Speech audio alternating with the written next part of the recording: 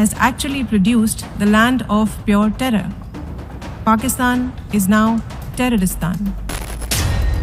भारत ने फिर बेनकाब किया पाकिस्तान का चेहरा। पाकिस्तान का अश्लील चेहरा फिर से आया सामने।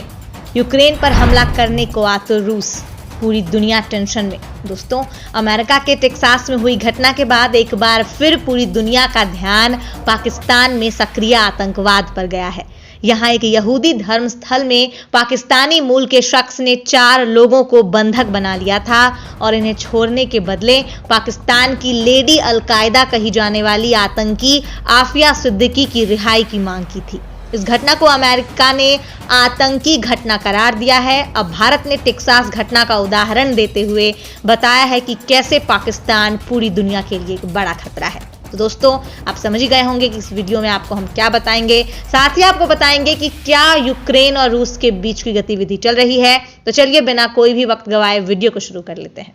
दोस्तों, भारत के विदेश सचिव हर्षवर्धन श्रृंगला ने कहा है कि टेक्सास में हाल में हुई घटना ने यह दिखा दिया है कि अंतर्राष्ट्रीय आतंकवाद का नेटवर्क कितना सक्रिय है, जिसका केंद्र भारत के पड़ोस यानी कि पाकिस्तान में है और इसके दीर्घकालीन प्रभाव हैं। यह एक वैश्विक खतरा है जिससे निपटने के लिए स्पष्ट, प्रभावी और सामूहिक कदम उठाने की जरूरत है। सभी देशों को एक दूसरे के सहयोग के साथ आतंकवाद का मुकाबला करना चाहिए। सहयोग करने में विफलता केवल आतंकवादियों को और अधिक दुस्साहस के लिए प्रोत्साहित कर सकती है। श्रृंगला ने हिंद प्रशांत में भारत यूरोपीय जर्मन सहयोग की संभावना विषय एक संगोष्ठी में ये बात कही है। दोस्तों, टेक्सास में हाल में एक यहूदी उपासना गृह की घेराबंदी खत्म करने के लिए FBI ने ब्रिटिश नागरिक मलिक फैजल अकरम को मार गिराया था। सुरक्षा बलों ने उपासना गृह में बंधक बनाए गए 4 लोगों को गत शनिवार की रात रिहा कर लिया था। अकरम ने अलकायदा से संबंधों की संदिग्ध एवं तंत्रिका तंत्र विज्ञानी आफिया सिद्दीकी की रिहाई की मांग की थी। वह उसे अपनी बहन बता रहा है। अकरम को लेकर ये जानकारी सामने आई है कि वह पाकिस्तानी मूल का ब्रिटिश नागरिक था। श्रृंगला ने कहा, आपको 26/11 मुंबई आतंकी हमला याद होगा, जिसमें भारतीय, जर्मन और अन्य नागरिक मारे गए थे। टेक्सास की हालिया घटना यह प्रदर्शित करती है कि आतंक का अंतर्राष्ट्रीय नेटवर्क बहुत सक्रिय है और इसके दीर्घकालीन प्रभाव हैं। उन्होंने आगे कहा कि भारत हिंद प्रशांत मुक्त, खुला, समावेशी क्षेत्र के तौर पर देखता आया है, जो प्रगति और समृद्धि का एक साझा लक्ष्य रखता है। श्रृंगला ने कहा कि भारत का मानना है कि हमारी साझा समृद्धि एवं सुरक्षा के लिए हमें वार्ता के जरिए एक सार्ण, नियम आधारित व्यवस्था बनाने की आवश्यकता है। एक ऐसी व्यवस्था जो संप्रभुता और क्षेत्रीय अखंडता का और सभी राष्ट्रों की समानता का सम्मान करे। दोस्तों, वहीं दूसरी ओर रूस और यूक्रेन के बीच क्या चल रहा है आपको हम बताने जा रहे हैं। दोस्तों, यूरोपीय देश यूक्रेन और रूस के बीच तनाव अब तक के सबसे उच्चतम स्तर पर बना हुआ है। रूस ने यूक्रेन से लगने वाली अपनी सीमा पर 1 लाख से अधिक सैनिक तैनात कर दिए हैं। सैटेलाइट तस्वीरों से पता चला है कि इनके पास एक से एक उन्नत हथियार जैसे तोप और मिसाइल सब कुछ है। अमेरिका और यूक्रेन को आशंका है कि रूस कभी भी हमला कर सकता है। पूरे यूरोप में हाई अलर्ट जैसी स्थिति बन चुकी है। अमेरिका तनाव को कम करने के लिए लगातार रूस के साथ बैठकें कर रहा है। अगर आप इस मामले में कुछ भी नहीं जानते तो आपको हम इस खबर के माध्यम से हर जानकारी देना चाहते हैं। दोस्तों, यूक्रेन पूर्व सोवियत राष्ट्र है। सन 2019 से यहाँ के राष्ट्रपति व्लादिमीर ज़ेलेंस्की हैं। वह राजनेता बनने से पहले अभिनेता और कॉमेडियन थे। उनकी पार्टी का नाम सर्वेंट ऑफ द पीपल है।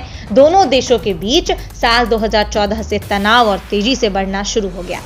तब रूस ने यूक्रेन का हिस्सा रहे क्रीमिया को अपने कब्जे में ले लिया था। इसके बाद पिछले साल सीमा पर सैनिकों की तैनाती अचानक बढ़ानी शुरू कर दी। अमेरिका और दूसरे पश्चिमी देश इसका विरोध कर रहे हैं। इनका मानना है कि रूस इस बार शायद पूरे देश पर ही कब्जा कर सकता है।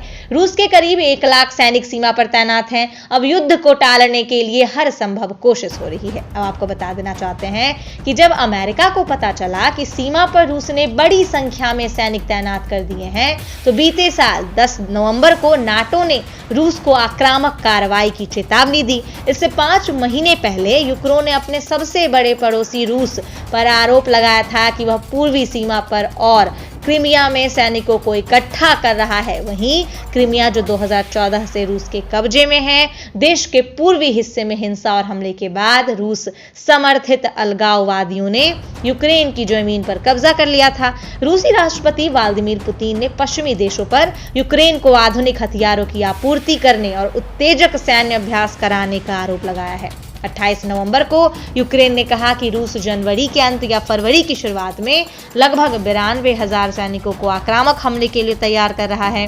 रूस ने इस दावे को पूरी तरह खारिज कर दिया और 3 दिन बाद यूक्रेन पर आरोप लगाया कि वह खुद सैनिकों की तैनाती कर रहा है। साथ ही लीगल गारंटी की मांग करते हुए कहा कि वह कभी भी नाटो में शामिल न होगा, जबकि यूक्रेन रूस के किसी भी खतरे से निपटने के लिए अमेरिकी नेतृत्व वाले सैन्य गठबंधन नाटो में शामिल होना चाहता है। आपको बता देना चाहते हैं कि 7 दिसंबर को अमेरिकी राष्ट्रपति जो बाइडेन ने पुतिन को चेतावनी देते हुए कहा कि अगर रूस यूक्रेन पर कब्जा करता है तो उसे कड़े आर्थिक प्रतिबंधों का सामना करना पड़ेगा।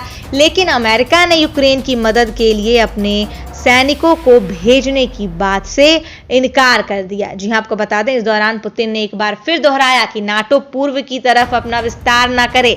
16 दिसंबर को यूरोपीय संघ और नाटो ने यूक्रेन की क्षेत्रीय अखंडता और हमला होने पर बड़े पैमाने पर परिणाम भुगतने की चेतावनी दी। अगले दिन मॉस्को ने पूर्व सोवियत देशों पर अमेरिकी प्रभाव को सीमित करने का प्रस्ताव रखा। 28 दिसंबर को अमेरिका और रूस ने यूरोप में सुरक्षा को लेकर वार्ता करने की घोषणा कर दी और 2 दिन बाद बाइडेन ने पुतिन को चेतावनी दी और कहा कि तभी बात आगे बढ़ सकती है जब सैनिकों को पीछे किया जाए।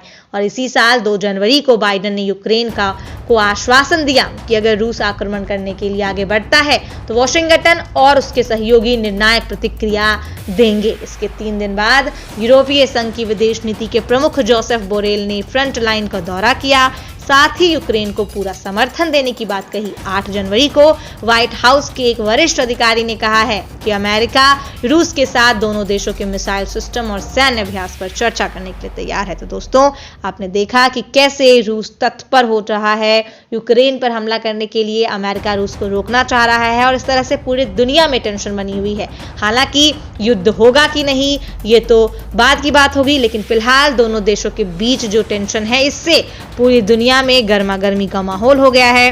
दोस्तों, आज की वीडियो में बस इतना ही। मिलते हैं आपसे अगली वीडियो में कुछ ऐसी ही खबरों के साथ। तब तक के लिए धन्यवाद। जय हिंद।